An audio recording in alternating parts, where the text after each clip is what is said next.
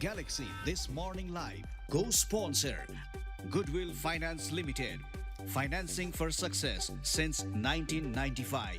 Wellness partner Tranquility Spa. Balance your body, mind and spirit.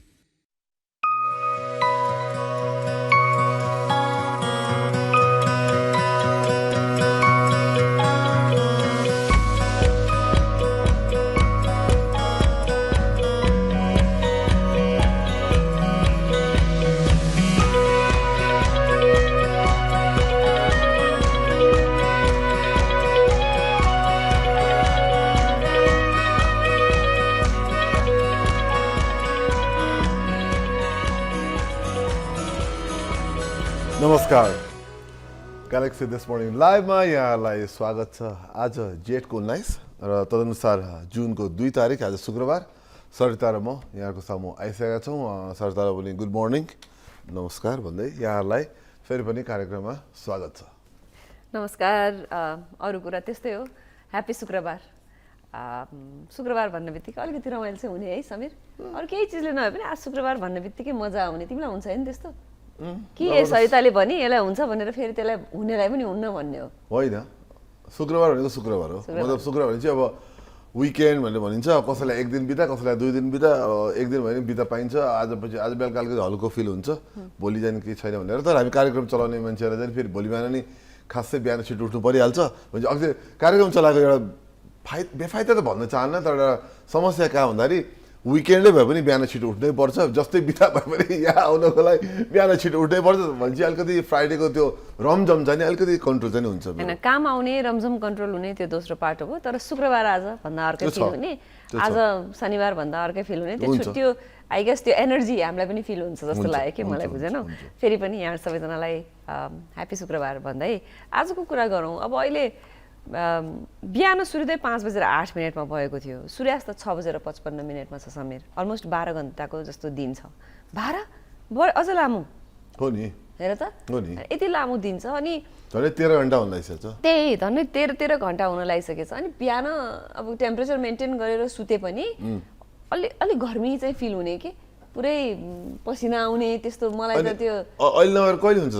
हामी त अहिले अब अङ्ग्रेजीमा मे, जुन, जुलाई, अगस्त है 4 महिना र नेपालीमा चाहिँ नि वैशाख, जेठ, असार, साउनसम्म भयङ्कर गर्मी हुनु त स्वाभाविकै हो। र त्यही हिसाबले अहिले फेरि गर्मी एकदम बढेको पनि छ। अहिले तिमीले भनिहाल्यो गर्मी अहिले एकदम वात्तै बढेको छ। र अहिले तपाईँले तापक्रमकै कुरा गर्नुपर्ने हो भने अहिले तराईमा त बस्न नसक्नु नै छ। 40 डिग्रीभन्दा माथि नै छ भने अब काठमाडौँ र पहाडी भेगहरूमा पनि तापक्रम यो विगत 1 हप्तादेखि अब अर्को झन् नै 10 दिनको लागि यस्तै हुने भनेको छ। घमाइलो र गर्मी। काठमाडौँमा हिजो झन्डै 32 डिग्री थियो, अस्ति 32, आज 32, बुधबार 33। भने यसरी आउँदो बुधबार भनेपछि 33 सम्म पुग्ने आकलन गरेको छ। भने चाहिँ अहिले मौसम चाहिँ एकदम अब गर्मीमा पुगेको छ। तराईमा तराईमा भने मैले गर्मीमा दारी धेरै बढ्छ हो समीर? गर्मीमा अरूको त थाहा छैन। अलिक गुड लुकिङ मान्छेहरू, ह्यान्डसम मान्छेहरूको दारी धेरै बढ्छ भने सुनेको थिएँ। ममा पनि लागु भइरहेको छ। के गर्नु? आई डोन्ट नो, तिमीसँग काम नगरेर कति धेरै भएछ। यस्तो गरेर यसो साइडमा हेर्दा त यु लुक प्रिटी र्यागडी। अलिकति दारी मिलाउनु पर्छ। तर कसैले त्यही ठिक लाग्छ। बिहान टक्क काममा आउनु पर्ने प्रेजेन्टर अलिकति राम्रो भएर आउनुपर्छ है। राम्रो छैन त म उसलाई त्यही कुरा भने रिसाएर समीरले यो भन्यो भन्छ, आफूले जाने छोड्दैन। मैले यस्तो यो धेरै त्यो एकदम तिमी सिरियस भए देखेर मैले अलिकति तिम्रो खुट्टा तानेको मात्रै हो। तिमीलाई जे गर्दा पनि राम्रै देखिन्छ। तर त्यो चाहिँ अरूलाई भन्न देऊ कि हामीले कहिले भन्नै पाउँदैनौ समीर। तिमीले यति तारिफ गर्छौ, आफ्नो यति तारिफ गर्छौ होइन। अनि कहिले अर्काको पनि तारिफ नगर्ने, अनि कहिले अरूलाई पनि गर्न दिने मौकै नदिने। कहिलेकाहीँ त हामीलाई अरूलाई डाउन गरेपछि मैले आफूलाई तारिफ नगरे के अरे? अरूलाई तिमीले डाउन गर्दै बस्ने अर्कालाई फेरि वाद विवाद बनायो तिमीले। मैले राम्ररी कम्प्लिमेन्ट गर्दाखेरि त धन्यवाद भन। धन्यवाद दिनु कि त्योभन्दा अगाडि मलाई र्याकेट भनिसकेको छ। तर त्यसको लागि चाहिँ मैले ब्यालेन्स आउट गर्दै हो। अब कुरा अगाडि बढौँ। कुरा अगाडि बढ्नु तिमीले गर्मीको कुरा गरिहाल्यौ होइन। अब तराईमा अहिले एकदमै अत्याधिक गर्मी भएर समस्या आइरहेको छ सर। पनि हैन अब यो जनजीवन नै प्रभावित भइरहेको छ अहिले त एउटा कुरा त कतिवटामा त स्कुलहरू नै विद्यालयहरू बन्द भइरहेका छन् जस्तै मोरङ सुनसरी झापा यी एरियाहरूमा केही दिनको लागि अत्याधिक गर्मी भयो भनेर विद्यालय बन्द भइरहेका छन् भने अर्को गर्मीमा हामीलाई टेन्सन हुने भनेको घाउ खटिरा अनि यो रोग व्याधमा चाहिँ अलिकति हामी सतर्क हुनुपर्छ है समीर एकदमै हुनुपर्छ र मुख्य गरी छालाको समस्या र अहिले अब गर्मी हुँदै गई छालामा अब घाममा गइन्छ घाममा गएपछि अब त्यसमा किराले टोक्ने हुन्छ त्यति मात्र नभएर सूर्यका विकिरणले प्रभाव पार्ने हुन्छ भनेपछि अहिलेको गर्मीको समस्या चाहिँ नि एकदमै यो छाला र आफ्नो विभिन्न भनौँ न अङ्गलाई चाहिँ एकदमै ध्यान दिनुपर्ने हुन्छ र तपाईँले अहिलेको अवस्था चाहिँ अब तराईमा हुनुहुन्छ भने तराईमा एकदमै समस्या छ तपाईँ सकेसम्म पर्दैन भने बाहिर ननिक्लिनु होला अब जस्तो उदाहरणले बिरगञ्जमा करिब 42 डिग्री सेल्सियस हुने आकलन गरिएको छ आज मात्र होइन आउँदा झन्डै 1 हप्ताको लागि विराटनगर नेपालगञ्जमा नि 40 भन्दा माथि तापक्रम मापन गरिँदैछ त्यो अर्को हप्ताभरिको लागि हुन्छ यो आउँदो हप्तालाई पनि हुन्छ भने चाहिँ एकदमै ध्यान दिनुहोस् र यस्तो बेला पानी पिउनुपर्छ डिहाइड्रेट भएर तपाईँलाई बिरामी समस्या हुन सक्छ पानी जाने एकदमै धेरै पिउनु होला र बाहिर नपरेसम्म नजानु सुझाव दिएको छ फेरि पनि अब यो नेचुरली यसरी गर्मी वात्त बढिसक्दाखेरि यसबाट आफू कसरी बच्ने भनेर सजगता सतर्कता चाहिँ आफैले नै अपनाउनु पर्ने हुन्छ हैन समीर यस्तो कुरामा अलिकति ध्यान राख्नु होला बाहिरको खानपिनमा अहिले मैले धेरै सुन्छु कि केटाकेटी भनौँ या वृद्ध अथवा हर कोहीले अलिकति मेरो पेटमा समस्या छ भनेको आजै बिहान पनि तिमीले मलाई अलिकति ढिला भएछ है त भनेको हैन धेरैजनाले पेटको अलिकति समस्या भयो भनेको चाहिँ यही खानपिन पानीमा केही भएर हो कि जस्तो लाग्छ कि मलाई के टु मच इन्फर्मेसन भयो हो सबै हैन त्यो थाहा छ तिमीले के कुरा मलाई थाहा भएन हैन तर कुरा के हो भने मान्छेहरूलाई समस्याहरू चाहिँ हुन्छ यसबेला पानीमा नै एकदम ध्यान दिनुपर्छ पानी खाने पानी पिउने पानी एकदमै यो अब पानी किन समस्या छ भने यस्तो बेलामा जीवाणु कीटाणु एकदम फस्टाउँछ नि यो मौसममा त्यही तपाईँको पानीमा पनि सकेसम्म उमालेर पिउने गरौँ फिल्टर गरेर सकिँदैन कमसेकम क्लोरिन ट्याब्लेट अथवा पियुस ट्याब्लेट चाहिँ आफ्नो पानी ट्याङ्की अथवा खाने पानीमा मात्रा मिलाएर लिने गर्नुहोस् नत्र चाहिँ अब यसमा रोग लाग्ने एकदमै राम्रो टाइम र बाहिर विशेष गरी बाहिर खाँदा चाहिँ हामी त पानीपुरी चाहिँ अहिले चाहिँ नखाउँ है पानीपुरी चाहिँ अहिले खाँदै नखाउँ बाहिर त होइन बाहिर नपकाएको भन्छ पानीपुरी त नपकाएको स्टिम बाफ आउने गरी नपकाएको केही पनि खानेकुरो बाहिर सडकको चाहिँ खाँदै नखाउँ भनेर भन्न चाहन्छ र पाकेको एकदम मासुको कुरामा त झन् एकदमै राम्रोसँग पाकेको हुनुपर्छ ठिक छ as much as we love street food अहिलेको लागि यो समयको लागि अलिकति आफ्नो स्वास्थ्यको ख्याल आफै राखौँ भन्दै अलिकति प्रसङ्ग बदलिन पनि चाहे आज इन्टरनेसनल सेक्स वर्कर्स डे हो यो हामी विश्वकै संसारभरिकै कुराकानी गर्ने हो भने लगभग 40 देखि 42 मिलियन सेक्स वर्कर्सहरू हुनुहुन्छ त्यसमध्ये पनि समीर 80% त महिलाहरू नै हुनुहुन्छ र उमेर हेर त 13 देखि 25 भित्र एकदम यौन कर्मीहरूको मतलब उहाँहरूलाई धेरै समस्या छ र संसारमा केही देशहरू छ जस्तो यौन कर्मीहरूलाई चाहिँ अलिक के भने उहाँहरूलाई अलिकति लिगलाइज गरेको छ लिगलाइज गरेर कानुनी प्रावधान ल्याएर उहाँहरूलाई व्यवसाय चलाउन दिएको छ त्यसले गर्दा व्यवसायमा उहाँलाई सुरक्षित महसुस गर्नुहुन्छ कि उहाँ तर नेपाल लगायत विभिन्न देशमा चाहिँ यसलाई गैर कानुनी बनाउनलाई चाहिँ एउटा पेसा हो त्यसरी हेरिन्छ धेरै ठाउँमा र पेसालाई पनि यसरी गैर कानुनी बनाइदिँदा हेर्दा झट्टै हेर्दा ठिक जस्तो लाग्दो हो तर यदि अब कालो धन्दामा परिणत भयो भने जुन हुन्छ नेपाल जस्तो देशहरूमा र विभिन्न देशहरूमा त्यसले गर्दा चाहिँ झन् यौन कर्मीहरूलाई पनि असुरक्षा र उहाँहरूका आउने क्लाइन्टहरूलाई पनि एकदम असुरक्षा भएर रोगहरू फस्टाउने सर्ने सम्भावना र उहाँहरूलाई मात्रै ज्यान धनमा नराम्रो प्रभाव पर्ने सम्भावना हुन्छ फेरि पनि आज अन्तर्राष्ट्रिय यौन कर्मी दिवस यसको उद्देश्य चाहिँ के हो भने तिमीले भर्खरै भनेको जस्तो यौन कार्यमा संलग्न हुनुभएका जसले यसले गर्दा आफ्नो जीविकोपार्जन गर्नुहुन्छ उहाँहरूलाई आफ्नो काममा कुनै एक्सप्लोइटेसन नहोस् उहाँहरूको पनि हक र अधिकार सुनिश्चित होस् भनेर यसरी यो दिन छुट्याइएको छ फेरि पनि उमेरैको हकमा हेर्ने हो भने 13 देखि 25 वर्ष भनेको एकदम भर्खरै कलिला मानिसहरू भएका हुनाले पनि सोच्न बुझ्न अलिकति गाह्रो पर्ने हुनाले एक्सप्लोइट गर्न सजिलो हुने हुनाले पनि आजको दिनलाई इन्टरनेसनल सेक्स वर्कर डे भनेर छुट्याइएको छ हुन त तिमीले भन्यौ नेपालको हकमा सेक्स वर्कर भन्न बित्तिकै अलिकति क्रिमिनलको आँखाले हामीले हेर्छौँ तर न्युजिल्यान्ड चाहिँ संसारकै पहिलो देश भएको थियो जसले 2003 सालमा यौन कर्मीहरूलाई चाहिँ डिक्रिमिनलाइज गरेको थियो र युएनले पनि अरू राष्ट्रहरूलाई यस्तो गर्नको लागि पहल गरि पनि राखेको छ। यस्तो दिनहरूको आवश्यकता छ, यही अवेरनेसको लागि पनि जरुरी छ। एकदम हामी गरेनौँ भने यसलाई गैर कानुनी बनाएन भने चाहिने के हुन्छ भने बाल यौन शोषण जुन अहिले धेरै देखिन्छ विशेष दक्षिण एसियाली मुलुकमा। यदि यौन कर्मीहरूलाई हामीले कानुनी दायरामा ल्याइदिएर उहाँलाई सहज बनाइदिएन भने बाल यौन शोषण जाने अझ बढ्छ, फसाउँछ। त्यस हिसाबले पनि भर्खर भनिहालेँ 13 वर्ष 15 वर्षका यौन कर्मी देखिन्छन्, त्यो नहुन दिनु पनि यसलाई कानुनी प्रावधानमा ल्याइदियो भने उहाँहरूको जीवनको सुरक्षा हुन्छ। ओके, हामीसँग थुप्रै अरू टपिकहरू छन् जुन आज शुक्रबारको बिहानीमा हामीले यहाँसँग कुराकानी गरे नै छौँ, तर अहिले पनि एउटा छोटो ब्रेकको समय भएको छ।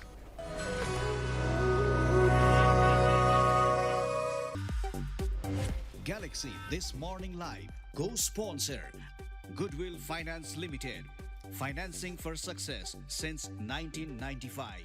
Wellness partner Tranquility Spa, balance your body, mind and spirit.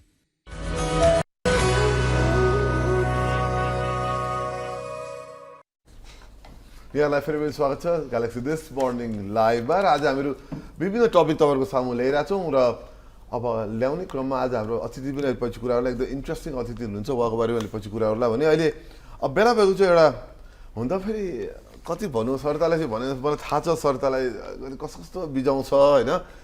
अब हामीहरू 4 जना होस्ट मध्येमा 4 जना प्रस्तुता मध्येमा 3 जना ललितपुरकै छौँ हेर होइन। ललितपुरमा धेरै राम्रा कामहरू भइरहेछ, राम्रो जिल्लाहरू मध्येमा कहलिन थालेको छ ललितपुर। अब आज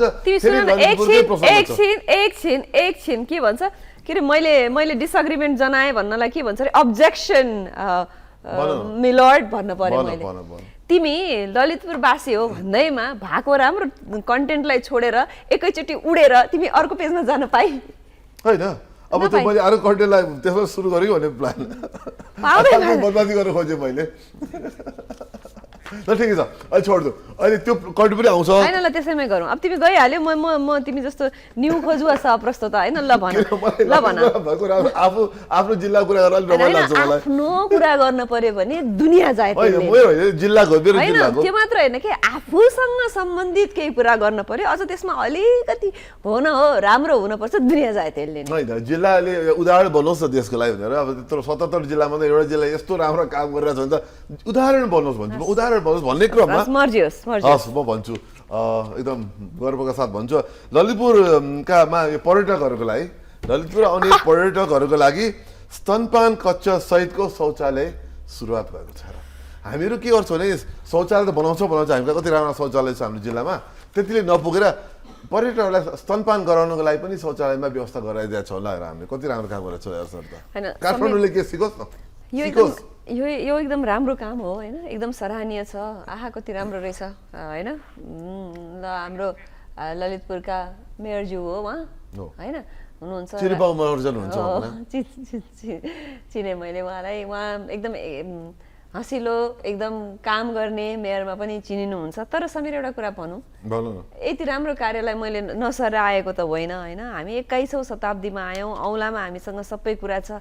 हामी अब एआईले संसार खान्छ भनेर यता ठुल्ठुला कुरा गर्दै गर्दा अहिले आएर स्तनपान कक्ष बनेकोमा हामी साँच्चीकै मक्ख परेर वाह गरेकै हो होइन। मैले नराम्रो भनिनँ मैले, तर पनि हामी कति अझै पनि हामी कति पिछडिएका छौँ। मैले कसरी भन्छु, इन्डियामा हेर्दा इन्डियामा कति ठाउँ छैन त्यस्तो विकसित भनेको देशमा। इन्डियामा ठाउँ खोज्दा जाउँदा छैन। नेपालमा जे हामी अल्प विकसित भन्ने देशमा यस्तो सोच, मैले एउटा सोच भन्छु, सोच चाहिँ नि महिलाको लागि, बालबालिकालाई, नवजात शिशुको लागि कति राम्रो सोच आएको छ भनेर भन्न खोजेको कि त्यो चाहिन्छ पनि। र यो बनाउन लागेको कुरा चाहिँ पुरातात्विक हिसाबले बनाउन लागेको यो ललितपुरमा धेरै कुराहरू आफ्नो हेरिटेज संरक्षण गर्ने कुराहरू एकदमै राम्रो हुन्छन्। ललितपुरका बाटाहरू सफा हुन्छन्, ढुङ्गामा पनि मेसेज लेखेर राखिएको छ, बत्ती छ, सफा छ, त्यसमा कुनै दुई मत नै छैन। र यो तिमीले अहिले भनेको कुरा नै पनि पर्यटकका लागि शौचालय निर्माण भएको यो सम्भवतः पहिलो होइन पहिलो शौचालय। अनि यो चाहिँ फेरि अहिले एकदमै हुनुपर्ने, हरेक क्षेत्रमा हुनुपर्ने कुरा। अपाङ्ग मैत्री, ज्येष्ठ नागरिक मैत्री त्यस्तो हिसाबले बन्दैछ यो। फेरि शौचालय नै भए तापनि त्यहीको पुरातात्विक शैलीमै बनाइदैछ यो सबै कुरा एकदमै राम्रो हो सराहनीय हो त्यसमा त कुनै दुई मत छैन तर पनि कहिलेकाहीँ आएर हामी कुरा गर्छौँ नि समेत दिशामुक्त क्षेत्र हो यो भन्दै खुसी हुन्छौँ कति हुँदा चाहिँ साँच्ची है हामी नै त हो भने जस्तो लाग्छ कि हामी कहिलेकाहीँ एकदम एक्सट्रिमिस्ट भएर दुईटा पाटामा गएको हो कि जस्तो मैले आफूलाई फिल भएको कुरा मात्रै गरेको ठिक है त्यो तिम्रो सोच म चाहिँ के लाग्छ यस्तो कुरा चाहिँ सोच परिवर्तन हुन थालेको भएर मैले देखिरहेको छु कि शौचालय नै छैन भने ठाउँमा शौचालय आउनु थाल्छ शौचालय मात्र नभइकन महिलाहरूलाई गाह्रो छ नि भर्खरको नवजात शिशु लिएर अब अफिस जानुपर्छ कहिले कहिले त अफिसमै हुँदैन कार्यालयमै हुँदैन भने कमसेकम अब त्यो हुने सोच आउनु थालेको छ अब पर्यटकहरूलाई कति सहिलो भयो यो बच्चा लिएर आउने पर्यटकलाई त्यो सहिलो भएपछि यी सबै कुरा चाहिँ मैले जाने एकदमै सकारात्मक रूपले लिएँ जस ललितपुर जिल्लालाई बधाई छ अरूले पनि फलो गर्नु अरूले पनि पछि लाग्नु पछ्याउनु राम्रो कुरा हरेकले पछि लाग्दाखेरि केही फरकै पर्दैन यो तिमीले भन्यौ नि स्तनपान कक्षहरू नहुनाले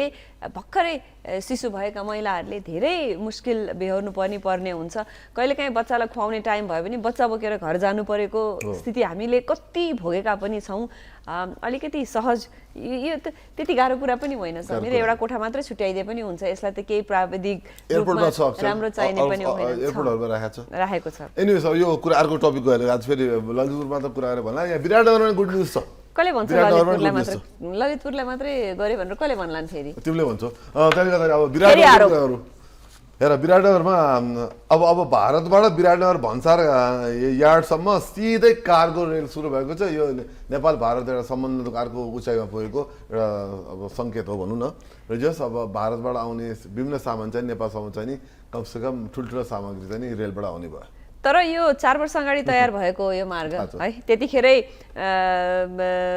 दिल्लीबाट उद्घाटन पनि भएको हो हैन तर यो विभिन्न कुरा आई थिंक हाम्रै नेपालले कटहरीका स्थानीयको जग्गा मुआब्जा समाधान नगरेको हुनाले आजसम्म यो हाम्रै पाटोबाट अगाडि नबढेको जस्तो लाग्छ यस्तो भइसकेको कुरालाई अगाडि बढाउँ आगामी दिनमा भन्न चाहे मैले अरु त के भन्नु 12 वर्षमा जब 18.5 किलोमिटर मध्ये 7 किलोमिटर निर्माण है 12 वर्षमा 7 किलोमिटर निर्माण भएपछि राम्रो कुरा त छँदैछ र राम्रो कुरा बोल्छौँ हामीहरू तर 12 वर्षमा 7 किलोमिटर के हो यो लाजपर्दो कुरा हैन इन्डियाले कहाँ के बनाइसक्यो त्यही इन्डियासँग जोडेको रेल 12 वर्षमा 7 किलोमिटर त्यही हो कुरो अल्टिमेटली ठीक छ समीर न्यूजमा जाने बेला भइसकेको छ हामीहरु आजको अतिथिको बारेमा छोटकरीमा भन्न पाए हामी न्यूजतिर लाग्नु आज एकदम हनान गौडर आउँदै हुनुहुन्छ हनान गौडर चाहिँ इजरायली एम्बेसडर हुनुहुन्छ नेपालको लागि उहाँसँग हामी इजरायल नेपालको सम्बन्ध र विकासका कार्यहरूको बारेमा हामीहरु कुरा गर्नेछौँ उहाँसँग रमाइलो कुराकानी हुनेछ र अहिले भने ग्यालेक्सी न्यूजको समय भएको छ आज हामीसँग ग्यालेक्सी न्यूजमा तुलसी अर्याल हुनुहुन्छ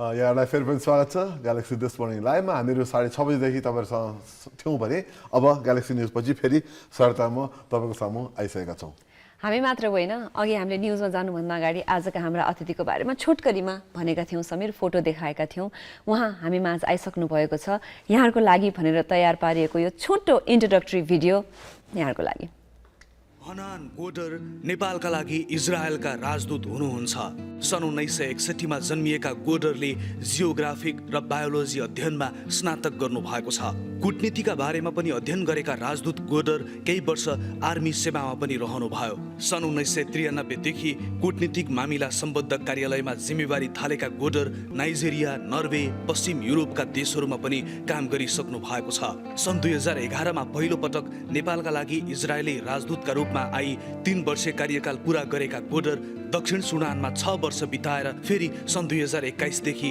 नेपालमै हुनुहुन्छ तिनै नेपालका लागि इजरायलका राजदूत हनान गोडर आजको हाम्रो अतिथि हुनुहुन्छ एकदमै हाम्रो अतिथि हामीसँग आइसक्नु भएको छ हामी उहाँलाई वेलकम गर्दैछौँ your excellency welcome to this morning live and welcome to our show Thank you and good morning. Good to be here.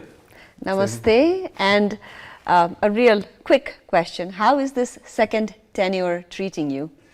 Second tenure is lovely. You know, I took the logo of the Nepali Ministry of Tourism. Nepal, once is not enough. So literally, I'm here for the second time, and I think Nepal is lovely. And as a guest, it is very, very interesting to see changes. Right.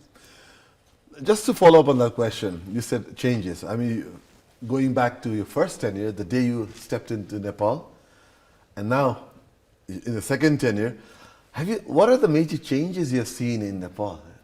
A lot.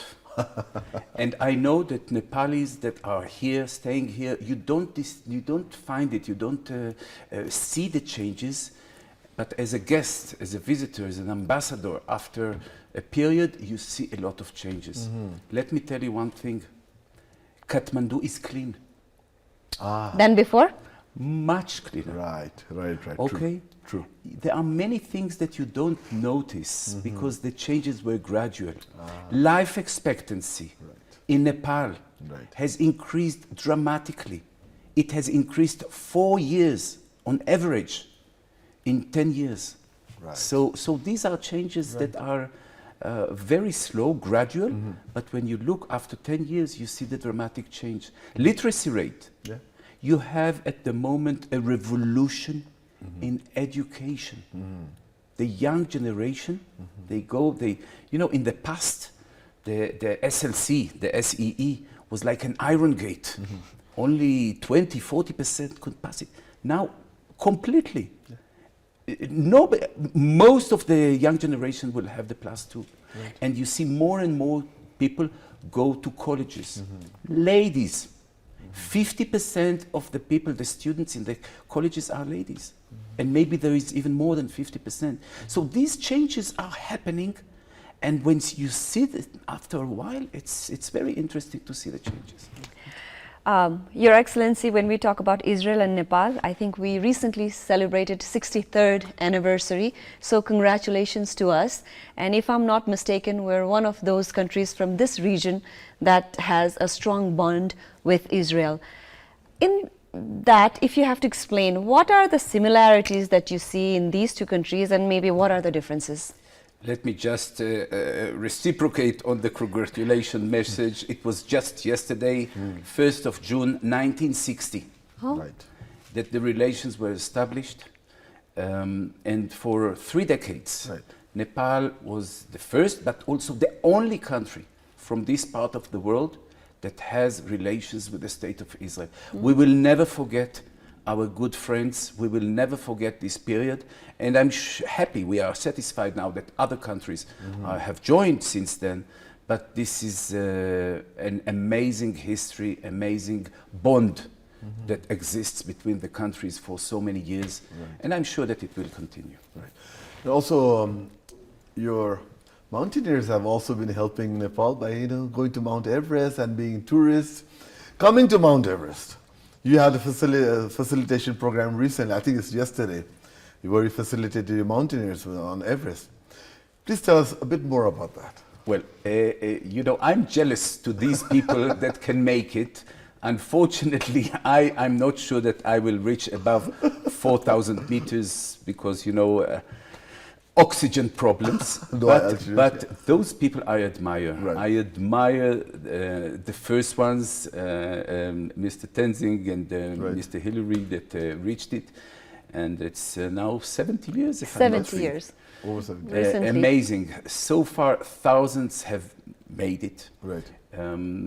Not many Israelis, but if you look at the chart in the last few years, more and more it is becoming popular. It is becoming generally popular, but it is also becoming more popular amongst Israelis. It's a challenge. I can dream about it. I'm not sure that I will be able to make it. I dream one day, only to start something. But this is the human spirit to do it. This is something that you take the adventure, you take the risk, you do the effort, and you reach. And this is something that people say only reaching the summit. No, also the way. Sometimes the road to the summit is even more important than reaching. So we appreciate it, and I think you have a lovely treasure. When we talked about Everest earlier offline, you mentioned there is something I want to share, but I'm not going to share it now. So I'm eagerly waiting. What could that be? What is it? You have this treasure called Everest, Sagamata. But we have the twin brother. You have the highest point in the world, but we have the lowest place in the world. Yes. And I would like to share with you, I don't know if the camera Okay. can make a close-up and look at this beautiful stamp that we issued together on the same day. 2 stamps, one Nepali stamp Oh, and the nice. second one an Israeli stamp. Right. And the upper half is Mount Everest, the 8848, Right. and the lower one is the lowest place on Earth, the Dead Dead Sea. Sea. So I really wish to give you this small souvenir. Oh, Thank thank you. you so much. And you know, we are the 2 extremes, but we are Right. together. And this is why it's such a nice symbol, a nice. Thank you. We appreciate the gift. We'll But have not to- not only that, we also took 2 stones from Yes. Everest, Yes. Right. from Kalapatar, Right. and we put them in the Dead Sea. Right. And at the same time, we took 2 stones from the Dead Sea, Right. and we put them in Namche Bazaar, at the entrance to the park, so people that have difficulties can also reach them. Wow. It's only 3,800 meters. Right. I've been there, of course.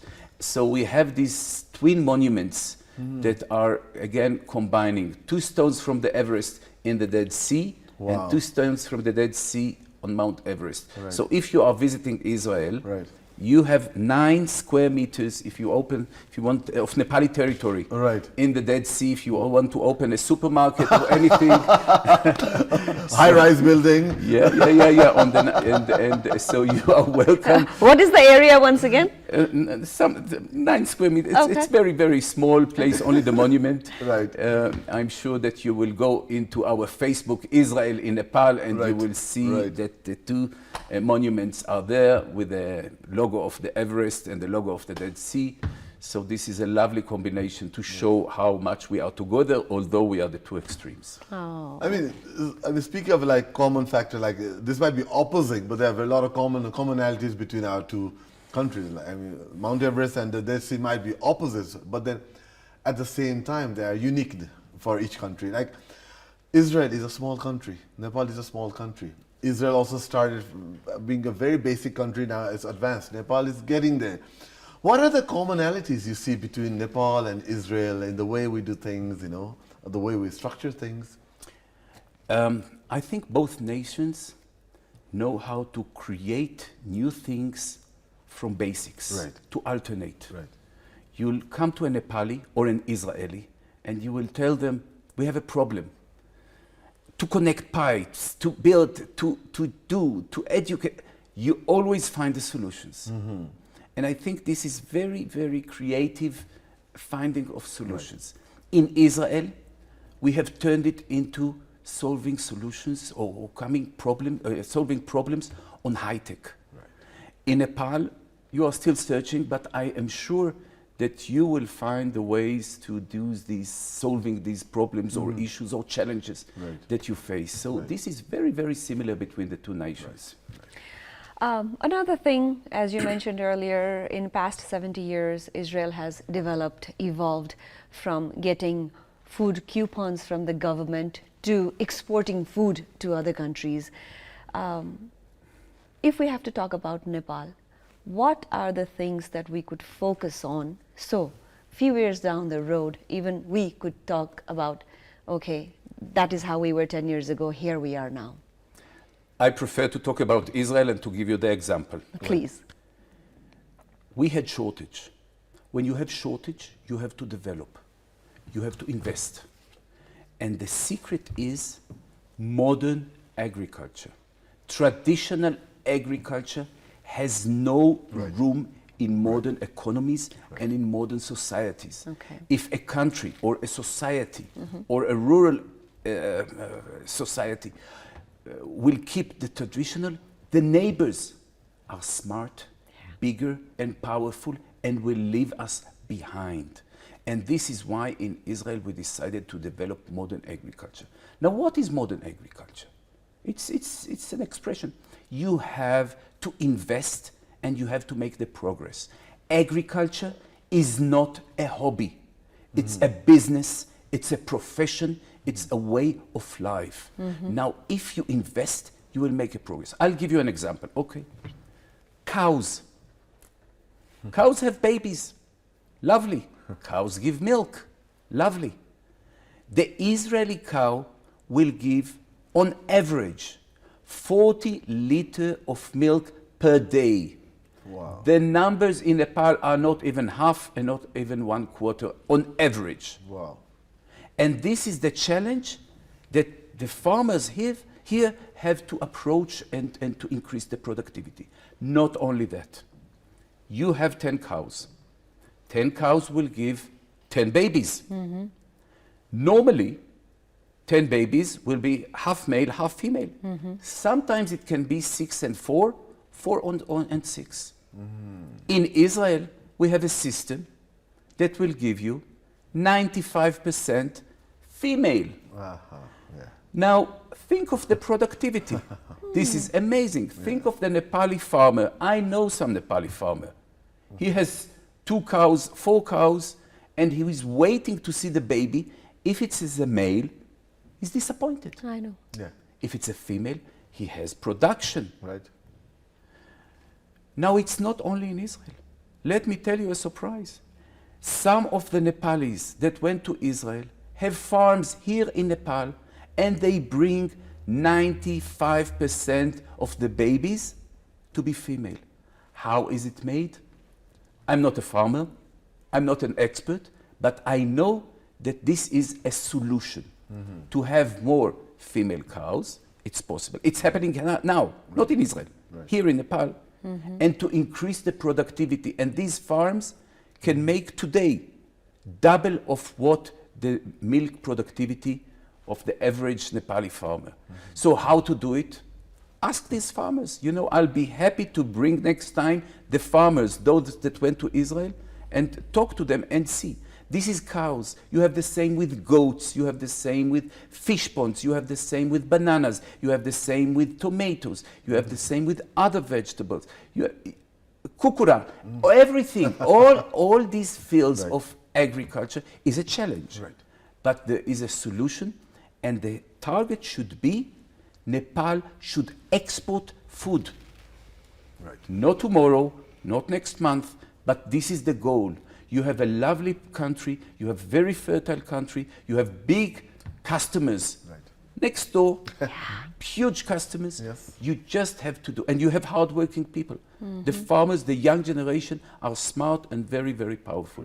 So if we can help on that, we are eagerly, we will share this, our programs and the knowledge and the know-how. And those people that went to Israel on Learn and Earn, come back here, and you see them all over the country with beautiful farms. This is. Your Excellency, as you mentioned, Nepal used to export food in the past, but I guess there we missed out. We did not move according to the time, and we were still using our older techniques. Maybe that's where we fell short, but we still would like to talk about this in detail. अहिलेलाई भने एउटा छोटो ब्रेकको समय भएको छ.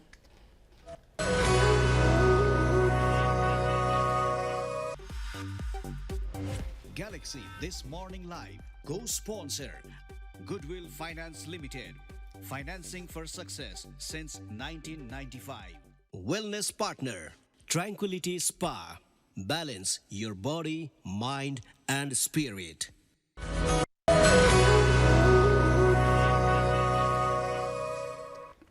यहाँलाई फेरि पनि स्वागत छ ग्यालेक्सी दिस मर्निङ लाइभमा. आज हाम्रो एकदम विशेष अतिथि हुनुहुन्छ नेपालको लागि इजरायली एम्बेसडर हामीसँग हुनुहुन्छ. म उहाँसँग कुराकानी कन्टिन्यू गर्छु. Your Excellency, continuing with the conversation, you mentioned how Israel has done well and also has been helping Nepali farmers and also agriculture in the area of agriculture.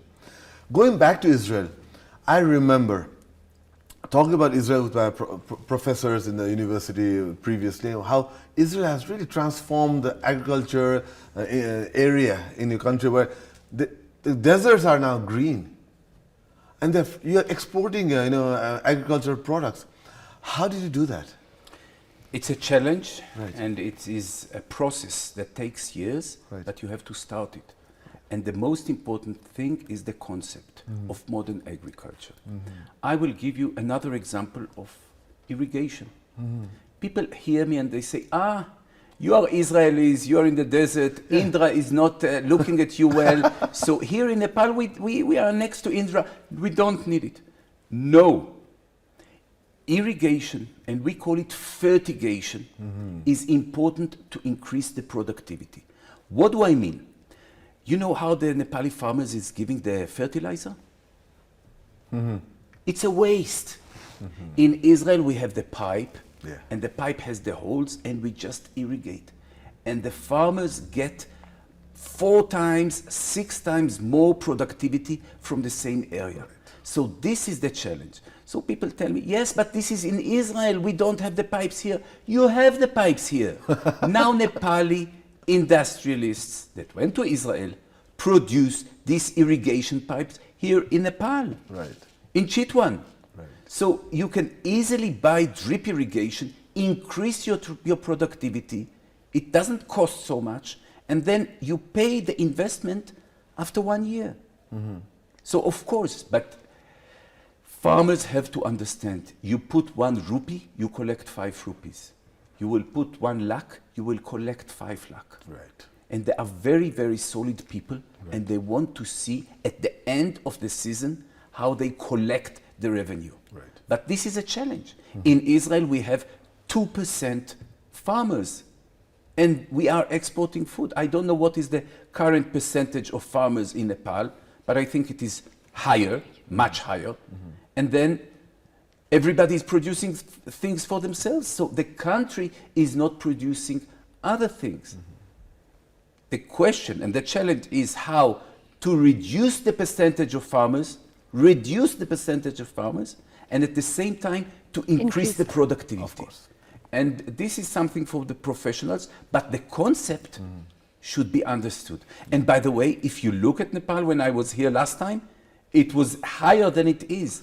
The numbers, the percentage, maybe not the numbers, the percentage of farmers is going down because you need more doctors, more engineers, more nurses, more teachers. And this is what the country needs in order to make progress, in order to be modern. And Nepal is on the process. The question is how to make it. Let me go back to this Learn and Earn program. What does it actually do, and how are we affiliated in this? The program, the idea of the program, by the way, it's not only with Nepal. We have 40 countries that participate in this program. Okay. And the students, the farmers, come to Israel for a year, spend their time 5 days a week on the job training, making salary, making Israeli salary, and coming back to Nepal with poisa, with money. Okay. The second thing, which is more important than money, is knowledge. Okay. Because once a week they go to a college and they study, they make a research, they understand how to improve and to progress their own, what they are doing at home. So they improve themselves. And the third thing is that they see the culture of work in Israel, because the farmers in Israel do the work together with the workers. They are all participating in the same challenge of producing food. And I think as customers of farmers, we are all grateful for the farmers because we eat their products. This is very, very important. Maybe this is where I join whatever Sarita asked with Mashav, your development program that you not only do it in Nepal but also elsewhere. Can you tell us a bit more about that? Because a lot of our audience may not know about this program as such. Mashav is our international cooperation, our aid agency. And we are involved in different projects. So part of it is, of course, during disasters. COVID, so we are sending the equipment. Earthquake, when we send huge 5 cargo planes with 300 doctors and medical teams to help and to open a field hospital. But this is one aspect of our Mashav. The second thing is training. We are selecting, we are taking people for workshops in Israel. Some of them are short, 2 weeks, some of them are long, a few months. But this is not a brain drain program. People are going in the middle of their career, have an international group of experts from worldwide and upgrade their knowledge. in agriculture, but also in education, in health, doctors, media, NGOs, all aspects of the society that need to share the knowledge. And this is how we are sharing and upgrading general things. You know, we have some good things. Many things were developed and are being developed in Israel. And we are eager to share it, especially with a country like Nepal, which is so friendly. How beneficial is it for a country like Nepal or any small country to have two big developed countries as a neighbor? This is a challenge, and I think that Nepal is having this challenge ever since, always. And I think this is surprisingly also similar to Israel. Israel is Dere Sanudesh, you know, it's like one province of Nepal. One province of Nepal is the size of Israel. So when you are so small, you have to be careful and to look outside and mainly up to see. And I think we share it, Nepalis and Israelis. We are like a little goat standing next to big elephants. And when you are a little goat and you are standing next to the elephants are not negative. But sometimes the elephants are careless. They don't even notice you. It's not that they don't even notice you. So always we have to look for our interests. And to make sure that that we are not affected, because if the elephants are fighting, we have the problem. But let me add, also when the elephants are loving, we have the same problem. So as little goats, there is some solidarity, and I think that we understand each other very, very well. And the second thing that we understand each other, we are small nations. We are small nations when you compare it to the world. But we are proud. Israelis are proud. Nepalis are proud. You are proud about your language, about your culture, about your nature, about your holy places, about Lumbini, about the Everest, about your temples, about your society, about your friendliness. There are plenty of things to be proud. And we are also proud because we have our tradition, our language, our religion, all these things. And we don't want to be different. Now, you know, no country, no nation is perfect, but we are proud of what we have. It's like your family. You look at the rest of your family. This is what we have, and we are proud, and we don't want a different family, and we don't want to be different. So this is something when Nepalis and Israelis talk, immediately there is understanding that we are small, but we are special. I know you have touched upon this topic earlier also, but as a Nepali, I mean, I think whoever watching Israel, because of the advances that you have made, through the history, what are the main events that led Israel to become the advanced country that it is today? I mean, you didn't start like being advanced, you know, with all the challenges you mentioned. What were those main, I would say, events or people that led Israel to be as powerful, as advanced as it is today? Was it just business-oriented background, or was it something else? The understanding that there is no other alternative.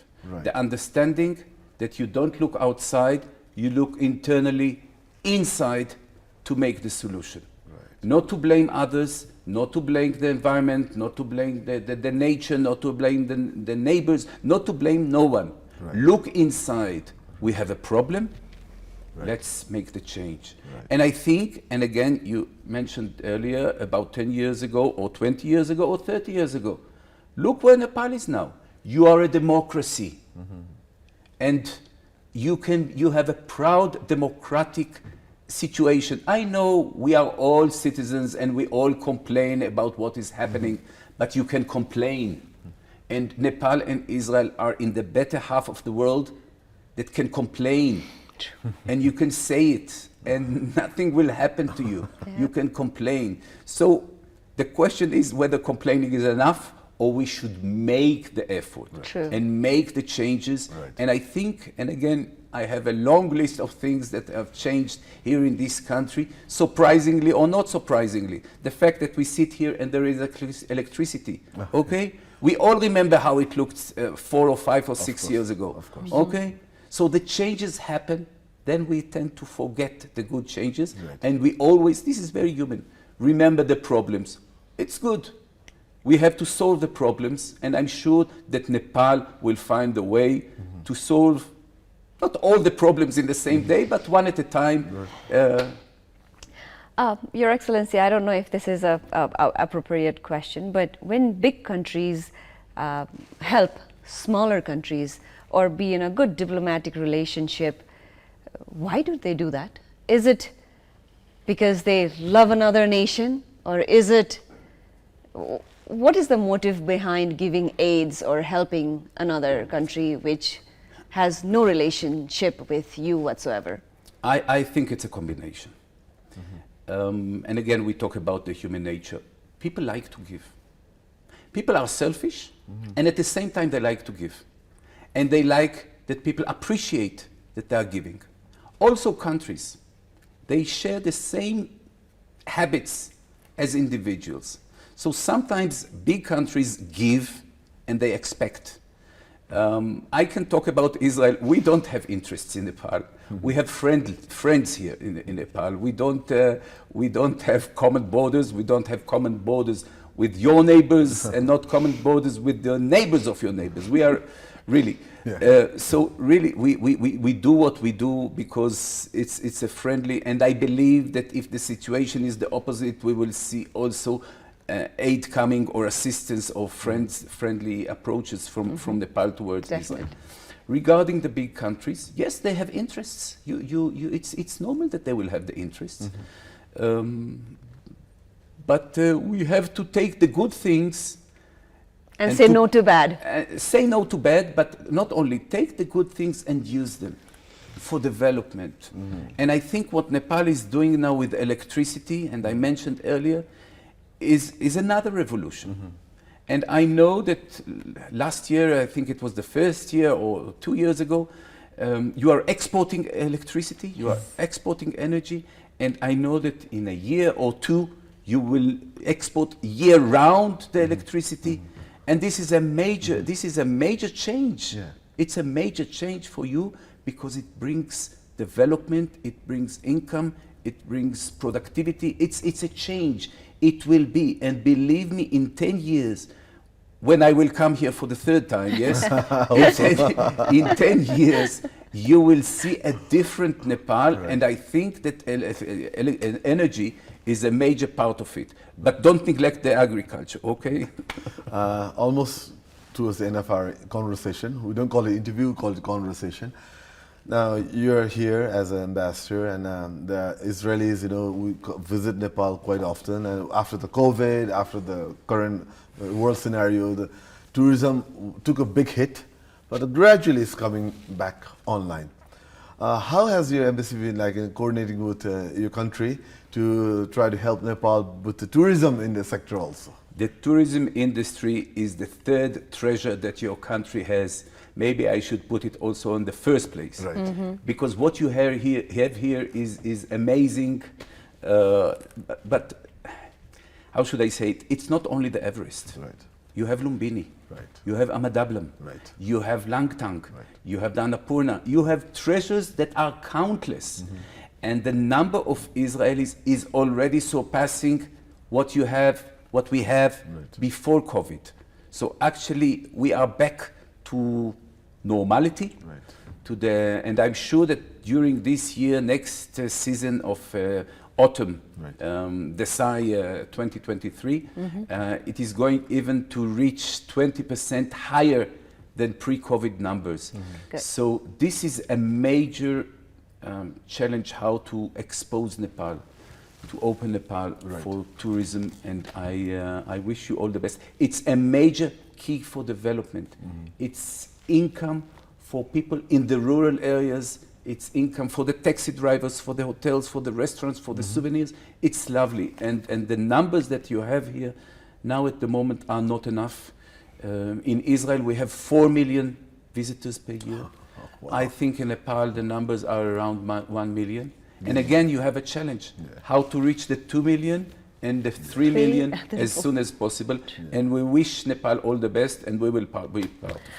Your Excellency, it's so motivating to listen to you. And another thing, if I talk about him, he knows more Nepali riddles than we do. Jastै 60 जना साथी, सर्लाहीको सलाई, something that we learned today.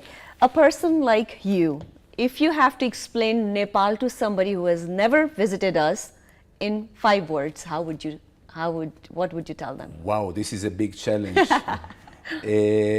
Amazing and friendly, cultural and spiritual, and an experience that will never be forgotten. Well, tactfully handled. Well done. But it was 6 words, not 5. That's fine. We'll take more. We'll take 5 more. adjectives. So.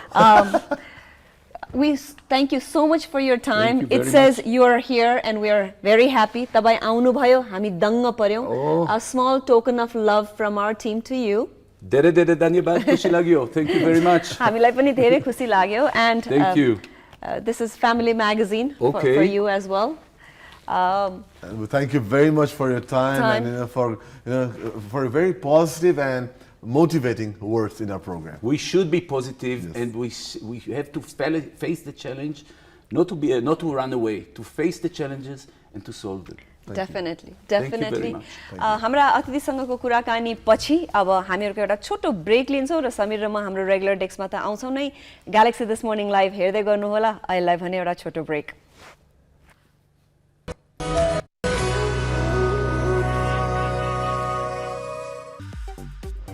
Galaxy This Morning Live co-sponsor Goodwill Finance Limited. Financing for success since 1995. Wellness partner Tranquility Spa. Balance your body, mind and spirit.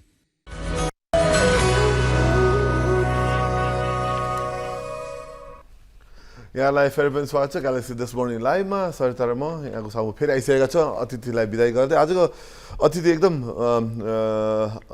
His एक्सेलेन्सी Hanan Gowdar Israeli ambassador हुनुहुन्छ नेपालको लागि. उहाँले एकदम सकारात्मक कुरा गर्नुभयो.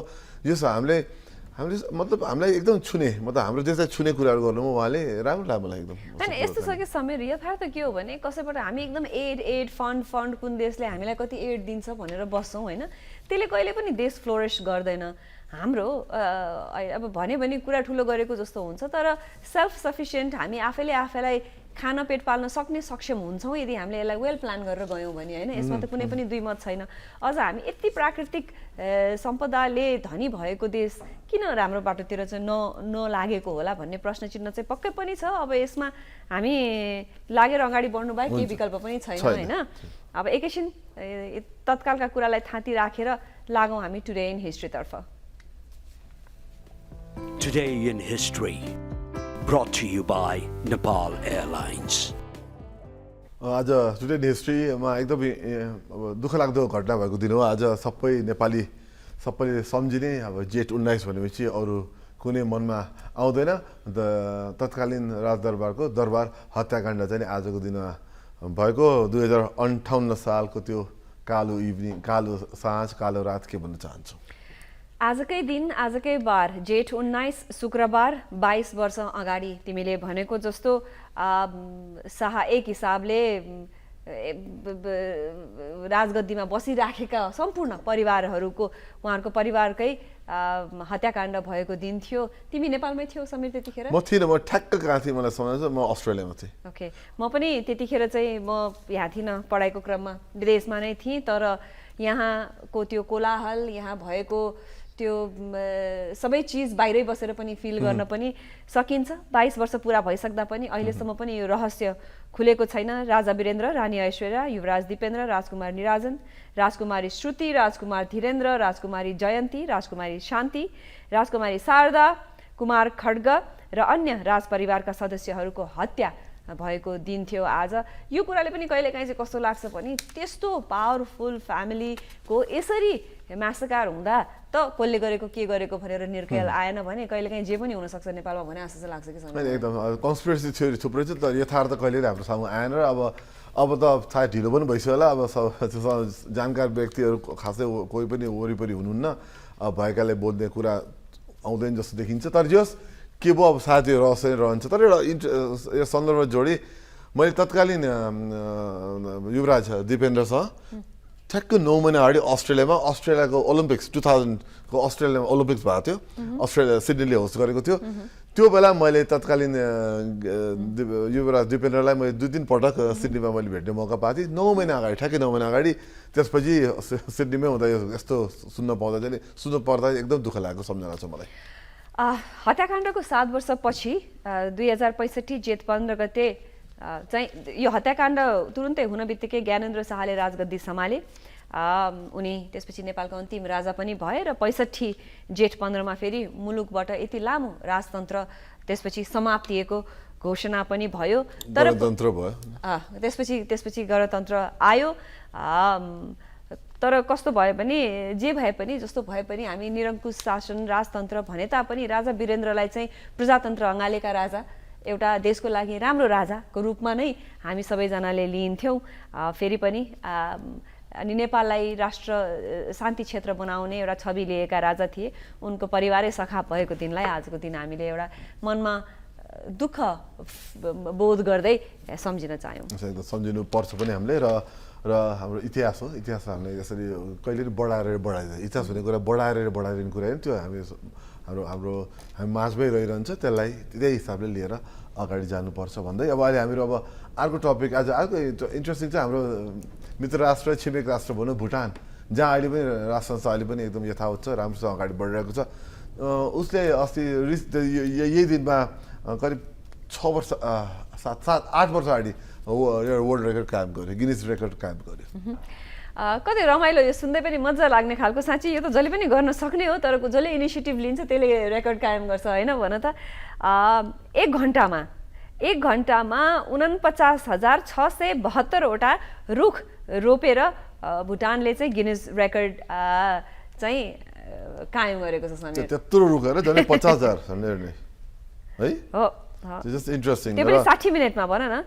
100 जना भलिन्टियरले गरेको रहेछन् होइन। 100 जना भलिन्टियरले लगभग 50 वटा रुख 60 मिनेटमा रोपे। त्यही त चौथो राजाले इनिसिएट गर्नुभएको रहेछ।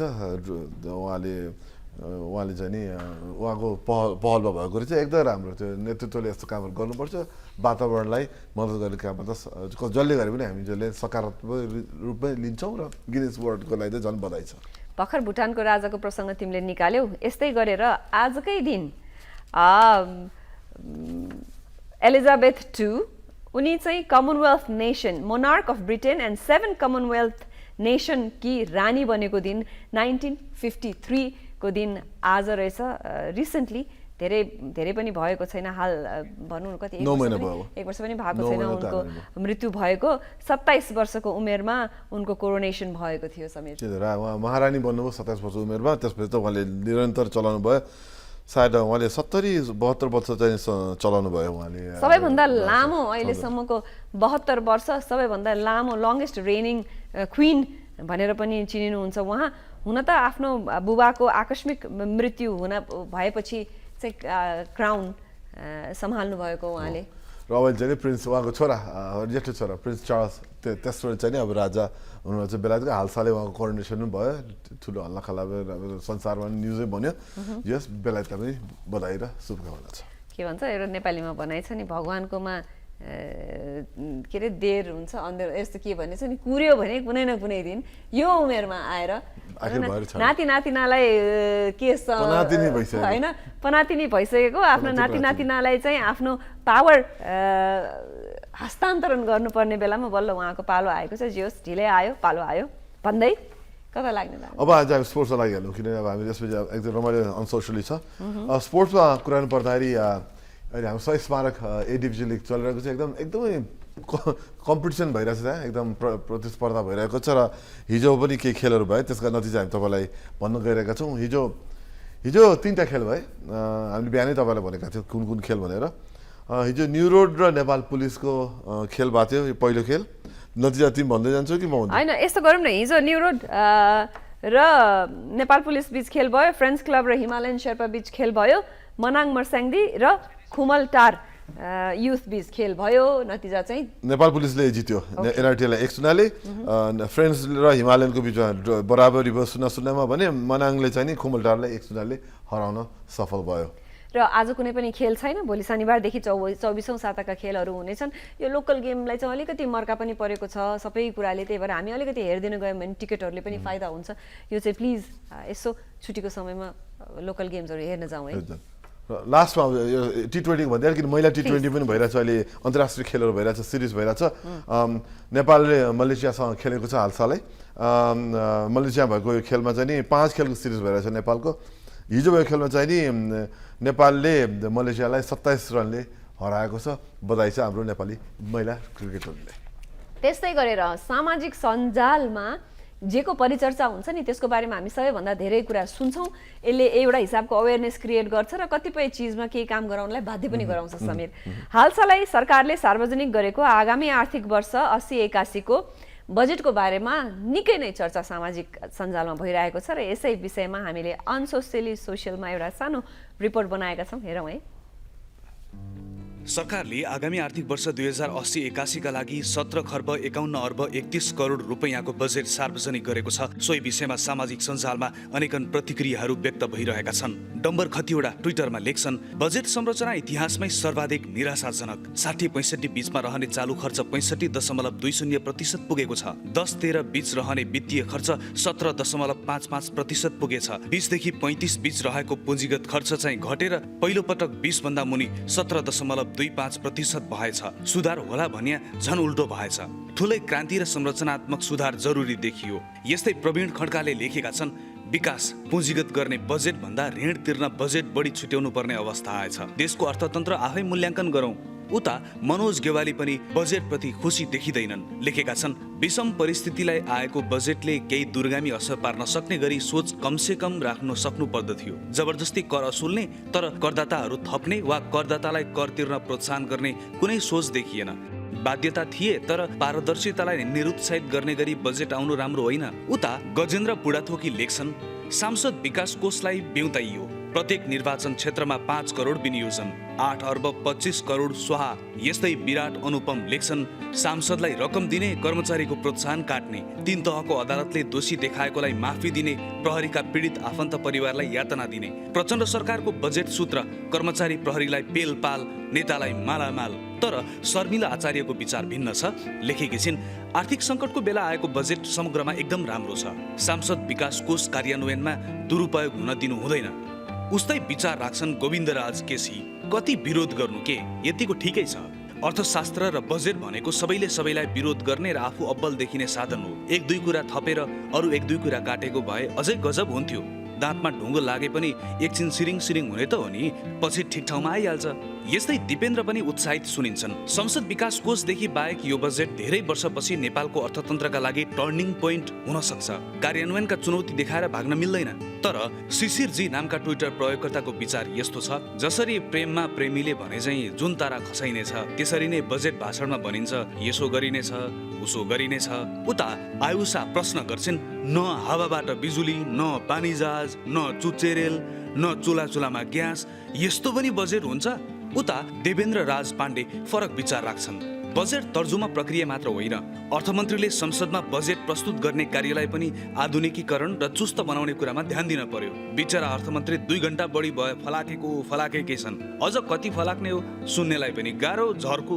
यही सन्दर्भमा विप्रिन्दुले पनि लेखेका छन्, जसले जतिसुकै आलोचना या समर्थन गरोस्, नेपाल सरकारका अर्थमन्त्रीले वाचन गर्ने बजेट भाषणहरू आश्वासनको पोको र पट्यार लाग्दो लामो गन्तव्यविहीन राजनैतिक नारा मात्र हो। त्यसैले यो बजेटको बारेमा पनि नो कमेन्ट।